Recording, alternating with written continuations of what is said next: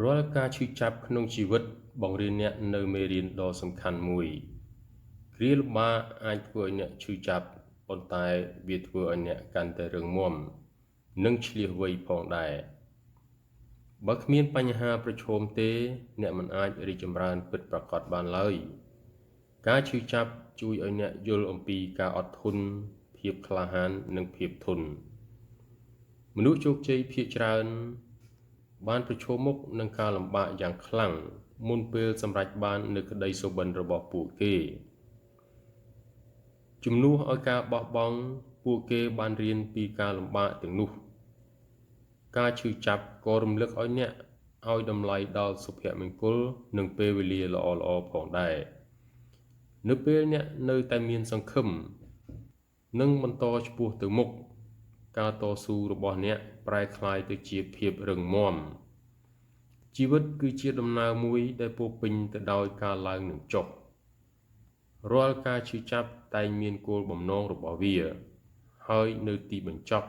វាជួយឲ្យអ្នកក្លាយជាមនុស្សកាន់តែប្រសើរនិងរឹងមាំជាងមុនចិត្តវិទ្យាបង្រៀនពីរបៀបដែលចិត្តមនុស្សដំណើរការ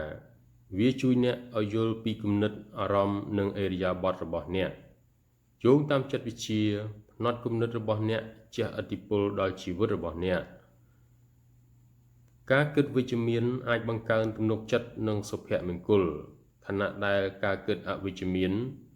បង្កើតឲ្យមានភាពតានតឹងនិងការភ័យខ្លាចចិត្តវិទ្យាក៏ប្រាប់អ្នកផងដែរថាទម្លាប់បរិស្ថាននិងបទពិសោធន៍របស់អ្នកមានឥទ្ធិពលលើអ្នកដែលអ្នកនឹងក្លាយទៅជាអ្វីមួយនៅពេលអ្នកយល់ពីចិត្តរបស់អ្នកអាចគ្រប់គ្រងលើប្រតិកម្មរបស់ខ្លួននិងធ្វើការសម្រេចចិត្តបានកាន់តែប្រសើរការនិយាយអំពីអារម្មណ៍និងការគ្រប់គ្រងលើភាពតានតឹងរបស់អ្នកគឺជាសារៈសំខាន់សម្រាប់សុខភាពផ្លូវចិត្តរបស់អ្នកចិត្តវិទ្យារំលឹកឲ្យអ្នកថែរក្សាចិត្តរបស់អ្នកដោយដែលអ្នកថែរក្សារាងកាយរបស់អ្នកដូច្នោះដែរចិត្តដែលមានសុខភាពល្អនាំទៅរកជីវិតដែលមានលំនឹងនិងជោគជ័យភាពចាស់ទុំគឺជាសមត្ថភាពក្នុងការគិតនិងធ្វើសកម្មភាពដោយឈ្លាសវៃក្នុងស្ថានភាពផ្សេងៗវាមិននិយាយអំពីអាយុទេប៉ុន្តែនិយាយអំពីឥរិយាបថនិងការយល់ដឹងភាពចាស់ទុំរក្សាភាពស្ងប់ស្ងាត់ក្នុងពេលមានបញ្ហានិងធ្វើការសម្រេចចិត្តប្រកបដោយការគិតគូរច្បាស់លាស់ភាពចាស់ទុំមានន័យថាការទទួលខុសត្រូវចំពោះសកម្មភាពរបស់អ្នកនិងទទួលយកកំហុសរបស់អ្នកវាក៏មានន័យដែរថាគោរពអ្នកដទៃនិងគ្រប់គ្រងអារម្មណ៍របស់អ្នកផងដែរជំនួសឲ្យការប្រតិកម្មជាមួយនឹងកំហឹងមនុស្សដែលមានភាពចាស់ទុំឆ្លើយតបដោយការអត់ធន់ភាពចាស់ទុំជួយឲ្យអ្នកកសាងបាននូវទំនាក់ទំនងដែលរឹងមាំនិងការជឿទុកចិត្តវាបង្រៀនអ្នកឲ្យចេះគិតមុនពេលអ្នកនិយាយនិងប្រព្រឹត្តដោយចិត្តសប្បុរស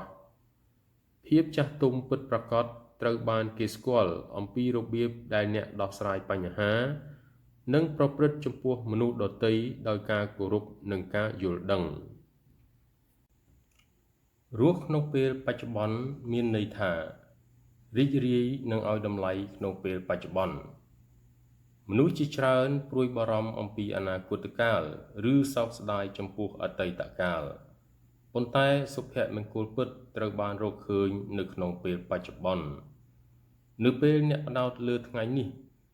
អ្នកមានអារម្មណ៍ថាស្ងប់សុខនិងរីករាយកាន់តែប្រសើរការរស់នៅក្នុងពេលបច្ចុប្បន្នជួយឲ្យអ្នកទទួលបានពរជ័យតូចៗមួយចំនួនដូចជាស្នាមញញឹមខ្យល់អាកាសបរិសុទ្ធឬពេលវេលាជាមួយមនុស្សជាទីស្រឡាញ់វាកាត់បន្ថយបាននូវភាពតានតឹងនិងធ្វើឲ្យចិត្តរបស់អ្នកស្ងប់សុខអ្នកមិនអាចគ្រប់គ្រងពេលវេលាកាលពីម្សិលមិញឬថ្ងៃស្អែកបានទេប៉ុន្តែអ្នកអាចគ្រប់គ្រងរបៀបដែលអ្នករស់នៅថ្ងៃនេះរាល់ពេលនៅថ្ងៃនេះគឺជាអំណោយទានប្រសិនបើអ្នករស់នៅដោយពេញលេញនៅក្នុងពេលបច្ចុប្បន្នវាធ្វើឲ្យជីវិតកាន់តែមានអត្ថន័យរីករាយនិងស្រស់ស្រាយ អារម្មណ៍មិននិយាយស្ដីគឺជាអារម្មណ៍ដែលអ្នកលាក់ទុកនៅក្នុងចិត្តរបស់អ្នកដែលមិនបង្ហាញជាពាក្យសម្ដីទេពេលខ្លះមនុស្សនៅស្ងៀមព្រោះពួកគេខ្មាស់អៀនភ័យខ្លាចឬមិនប្រាកដថាតើអ្នកដទៃនឹងមានប្រតិកម្មយ៉ាងណាអារម្មណ៍ទាំងនេះអាចជាសេចក្តីស្រឡាញ់ទុក្ខព្រួយការដឹងគុណឬការឈឺចាប់ទោះបីគ្មានពាក្យសម្ដីក៏ដោយភ្នែកសកម្មភាពនិងឥរិយាបថរបស់អ្នកច្រើនតែបង្ហាញពីអ្វីដែលអ្នកមានអារម្មណ៍នៅខាងក្នុងអារម្មណ៍មិននិយាយស្ដីមានឥទ្ធិពលខ្លាំងព្រោះវាបង្ហាញពីជម្រៅនៃអារម្មណ៍របស់នោះទោះយ៉ាងណាក៏ដោយការចែករំលែកអារម្មណ៍របស់អ្នកក៏អាចនាំមកនូវការយល់ដឹងនិងសេចក្តីសុខផងដែរការប្រស្រ័យទាក់ទងគ្នាជួយកសាងទំនាក់ទំនងនិងការជឿទុកចិត្តឲ្យកាន់តែរឹងមាំវាគឺជារឿងសំខាន់ក្នុងការស្ដាប់អ្នកដទៃនិងយល់ពីអ្វីដែលពួកគេមានអារម្មណ៍ពេលខ្លះភាពស្ងៀមស្ងាត់